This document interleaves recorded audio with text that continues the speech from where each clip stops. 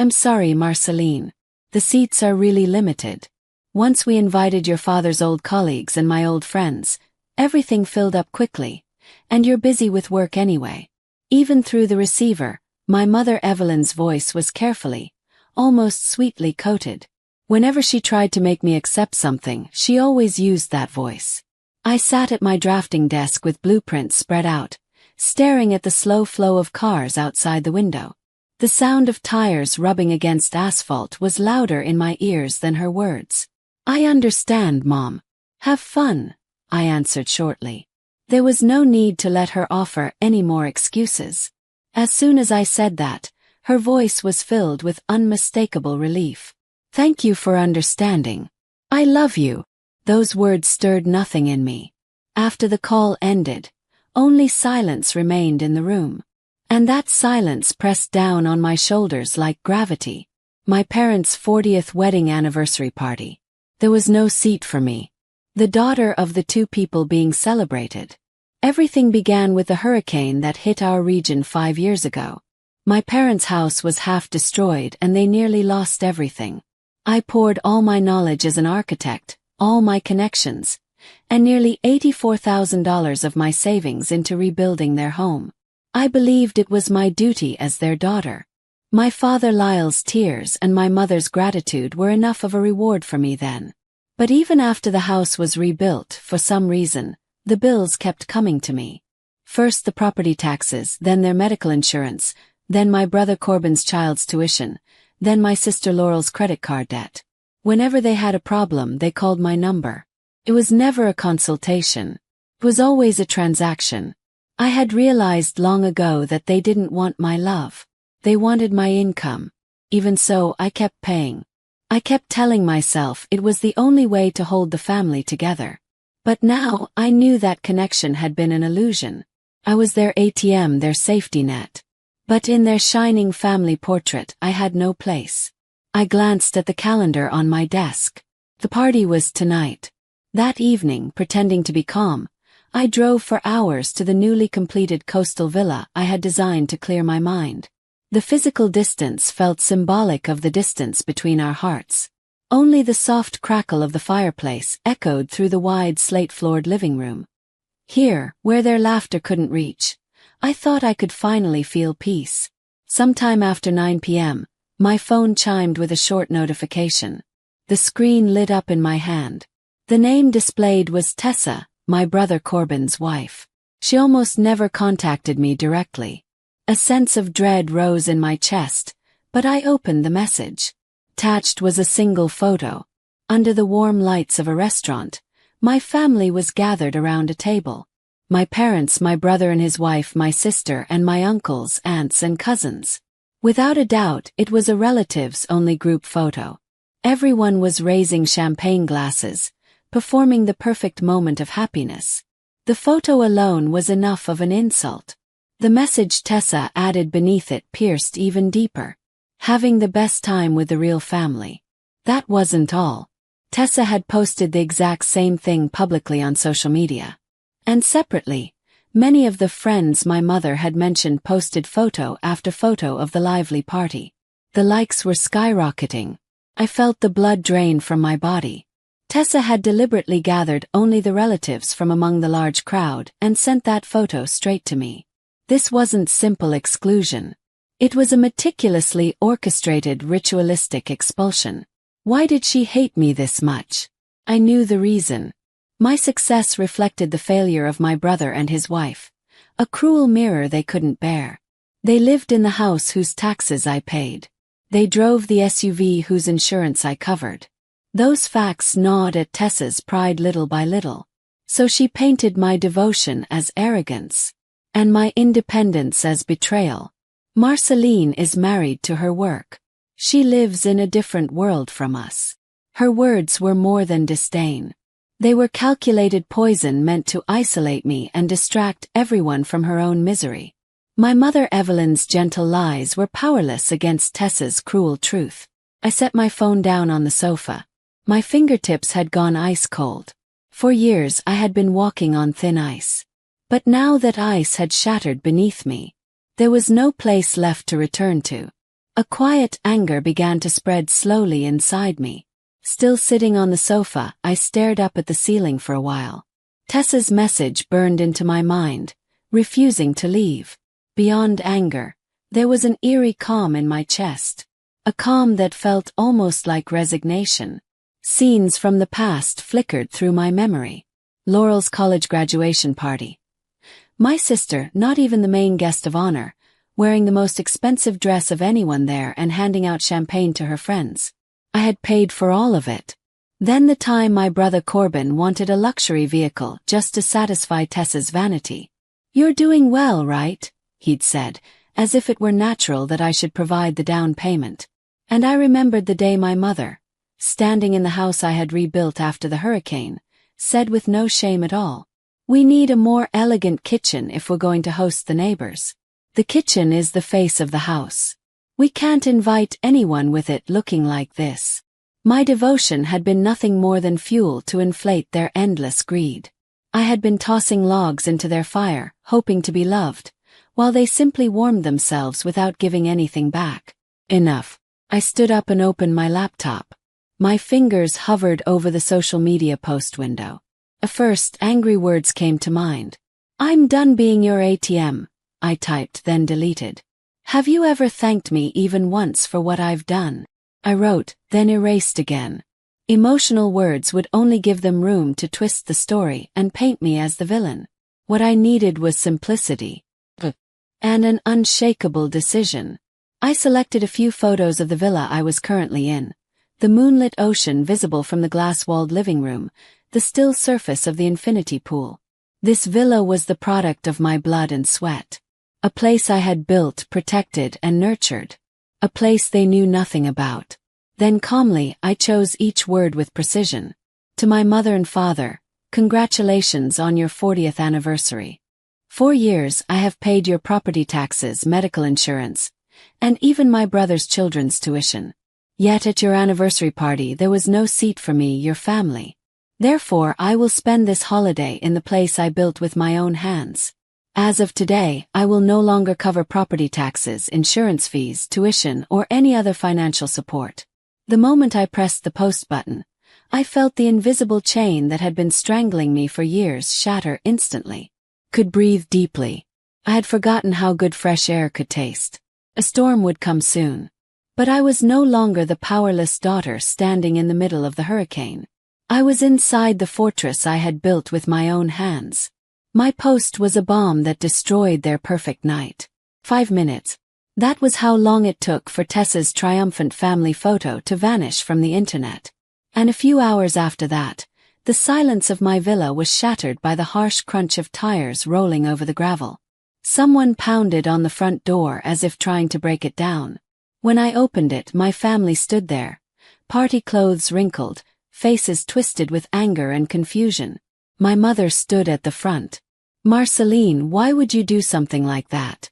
Were you trying to humiliate us?" Right after her shrill voice, Tessa glared at me. "You ruined the party." My father and brother stood behind them, staring at me with condemnation. Laurel waved her phone at me as if presenting evidence. "I've always wondered what you were secretly spending money on. So I set your location to sync with my phone. Every weekend your signal would disappear out near the edge of the coast. I knew something was off, but I never thought you were hiding a place like this." Her words explained everything. They had been tracking me, invading my privacy for months. But as they continued shouting, their eyes wandered past me into the villa. The towering floor-to-ceiling windows, the refined furniture, and beyond the glass, the illuminated infinity pool stretching into the night. Their voices fell silent. Their anger evaporated. Their expressions twisted into disbelief. The income of the convenient daughter they thought they knew had materialized into a reality far beyond what they imagined. My mother was the first to break the silence. Her anger vanished, replaced by sticky, unmistakable greed seeping into her tone. She stepped forward and grabbed my arm, tears brimming in her eyes. "Oh, Marceline, to think you've been living in such a wonderful place. Come on, let us live here with you.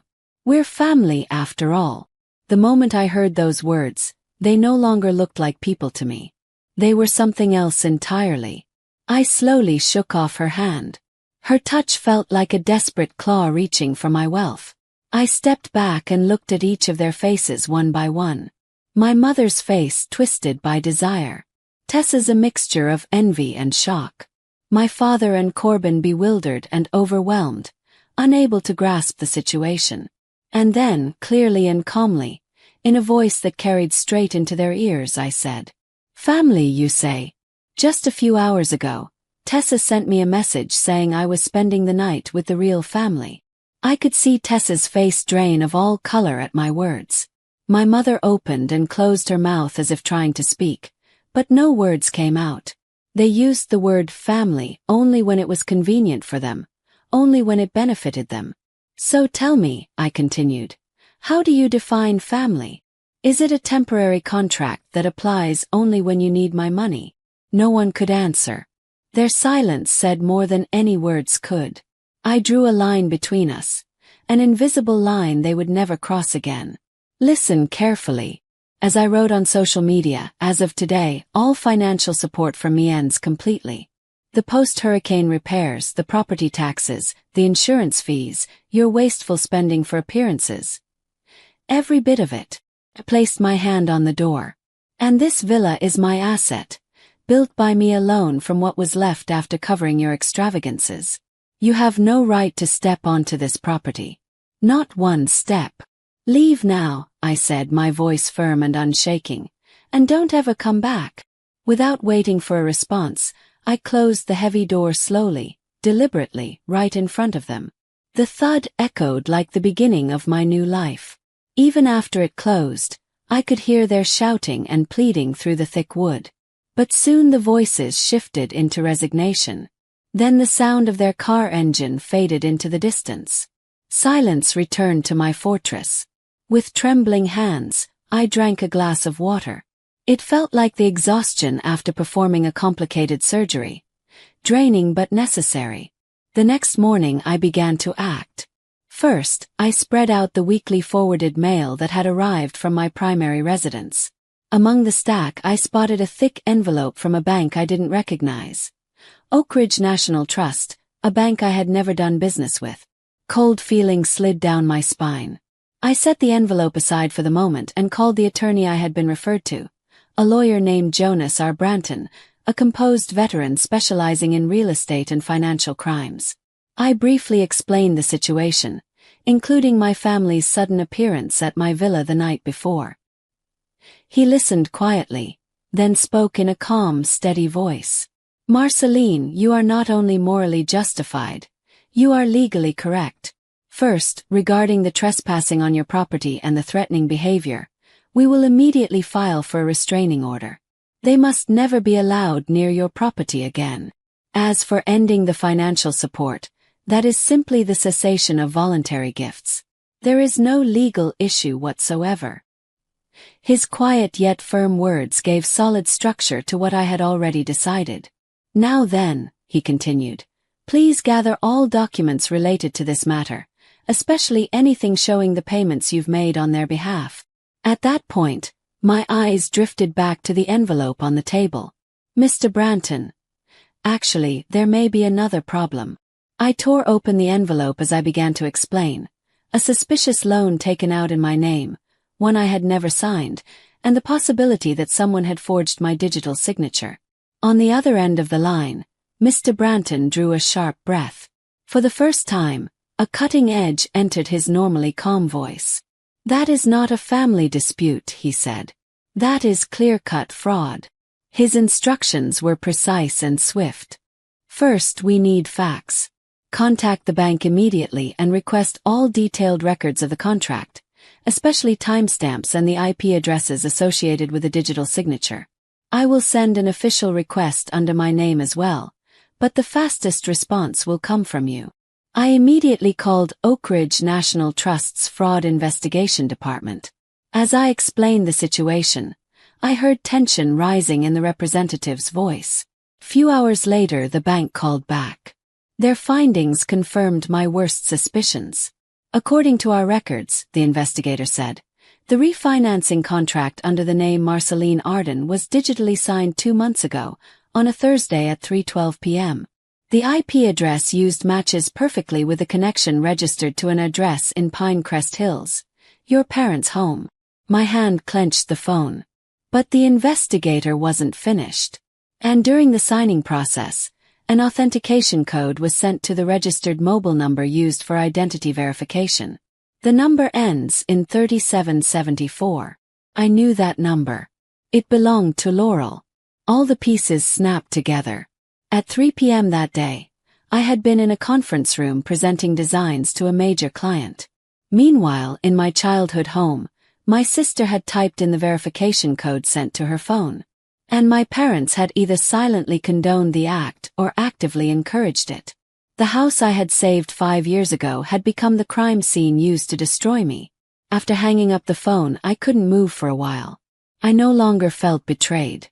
What I felt was something darker, like staring into a bottomless void within human nature.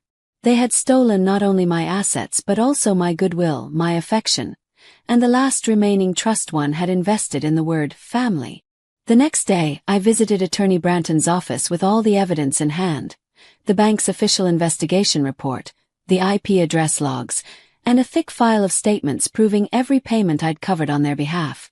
Mr. Branton silently reviewed the documents. His expression was as cool as a surgeon reading an X-ray. After finishing the last page, he set down his pen and looked straight at me. "Marceline, the evidence is complete. There is no room for doubt. This is a deliberate, malicious financial fraud, and it is especially clear that your sister was the primary actor." His words carried no sympathy, only clarity, oddly comforting. "There are 2 options," he continued. "One is to file a criminal complaint, which could result in arrests and criminal records. The other is to initiate a civil lawsuit to nullify the fraudulent loan and seek compensation." I hesitated. Did I truly want to send them to prison? But what they had done warranted consequences of that magnitude. Sensing my doubt, he added gently, "Criminal charges can be filed at any time. First, we must secure your assets and financial reputation. We file civilly, obtain a court order invalidating the contract, then go from there." His logic settled naturally in my mind. This wasn't revenge. This was self-preservation. "Civil," I said. "Please proceed." He nodded quietly. "Understood. I'll begin drafting the complaint immediately. The defendants will be your sister, Laurel Arden, as the primary perpetrator, and your parents as accomplices who benefited from the fraud." When I stepped outside the firm that day, the sky looked a little brighter. For the first time, I felt a faint light at the end of the tunnel. The day the court documents arrived at my parents' home, my phone rang again. But this time it wasn't angry shouting. What I heard was panic. The first message came from my mother. "Marceline, this has to be a mistake, right? How could you sue your own family? Please, I'm begging you, withdraw it." I didn't reply. A few hours later, my brother Corbin called. His voice trembled. "Marceline, please reconsider. Mom and Dad are in a panic. Tessa says she never thought it would go this far. Laurel won't come out of her room. You're tearing this family apart." "I'm tearing it apart." A cold laugh escaped me before I could stop it. "I tore the family apart. Corbin, do you actually believe that?" He faltered. "I mean, well, Corbin, have you ever once thought about the fact that your life, Tessa's vanity, and the private school your kids attend, all of it has been funded by the money I kept sending? Have you ever considered that your comfort depended on my sacrifices?" He had no answer. He was just as much a beneficiary and a participant in the system that exploited me. "I'm not withdrawing the lawsuit. This is the seed all of you planted. We'll talk in court." Hung up. They were finally beginning to understand. I was no longer their convenient daughter. No longer their personal bank account. Without me, their life of vanity and pretense would crumble like a sandcastle. That night, I canceled every automatic payment I had set up years ago, the mortgage support, the insurance fees, everything. For 5 years, I had funded their life. With a single tap, I severed their lifeline. It was shockingly easy. Only a month later, the Arden family's thin veneer began peeling off rapidly. Mortgage delinquency notices arrived. The private academy Tessa worshipped sent stern warnings about unpaid tuition. My mother begged, "Marceline, please. Just send us the money." My brother accused me.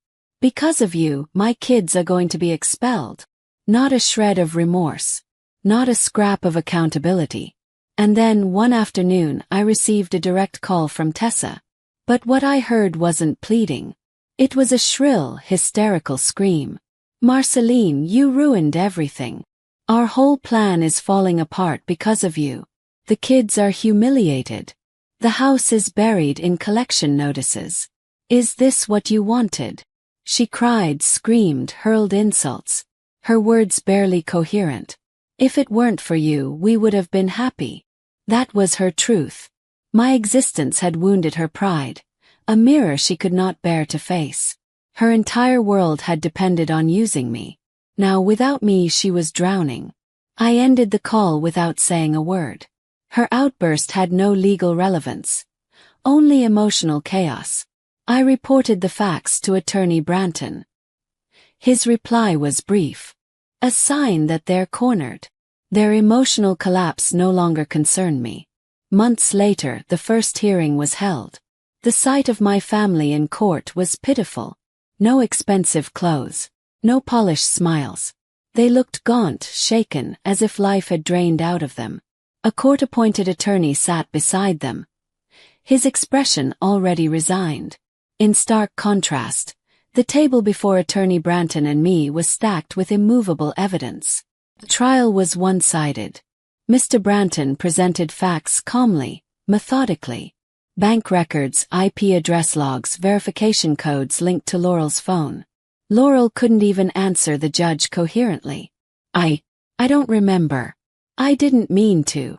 She repeated childish excuses. My parents simply bowed their heads, hollow and defeated.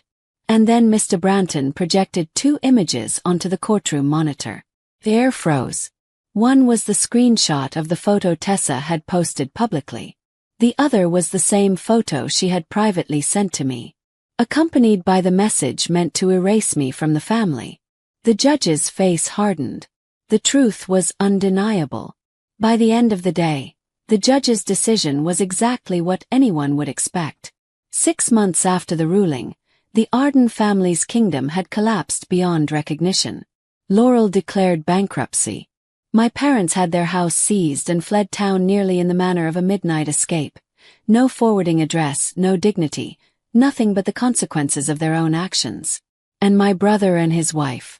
Tessa didn't abandon Corbin. Or rather, she couldn't. Her pride wouldn't allow her to flee in defeat. She needed someone to blame, someone to stand beside while she cursed the world.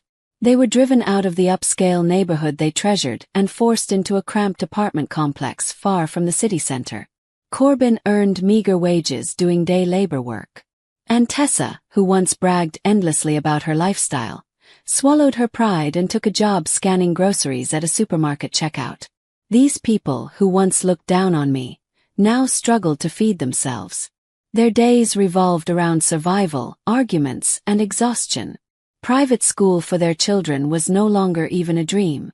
I learned all of this from the periodic update emails Attorney Branton sent me. Reading those facts felt like reading events from a distant country to which I no longer belonged. "I feel sorry," Mr. Branton wrote in one email, "but this is simply the result of the path they chose." I closed my screen and exhaled slowly. Felt no sympathy. They had tried to steal what I spent years building. They had only succeeded in destroying the ground they themselves stood on. Time passed, and I built a new life in my seaside villa.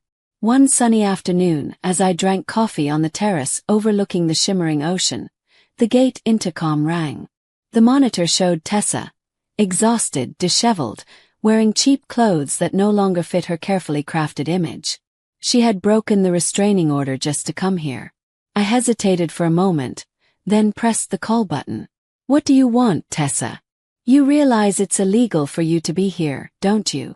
Her voice through the speaker was thin, trembling, Nothing like the arrogance she once wielded like a weapon. Marceline. Sorry. I was wrong about everything. Please, just one more chance. One more chance for what? I asked quietly. She fell silent.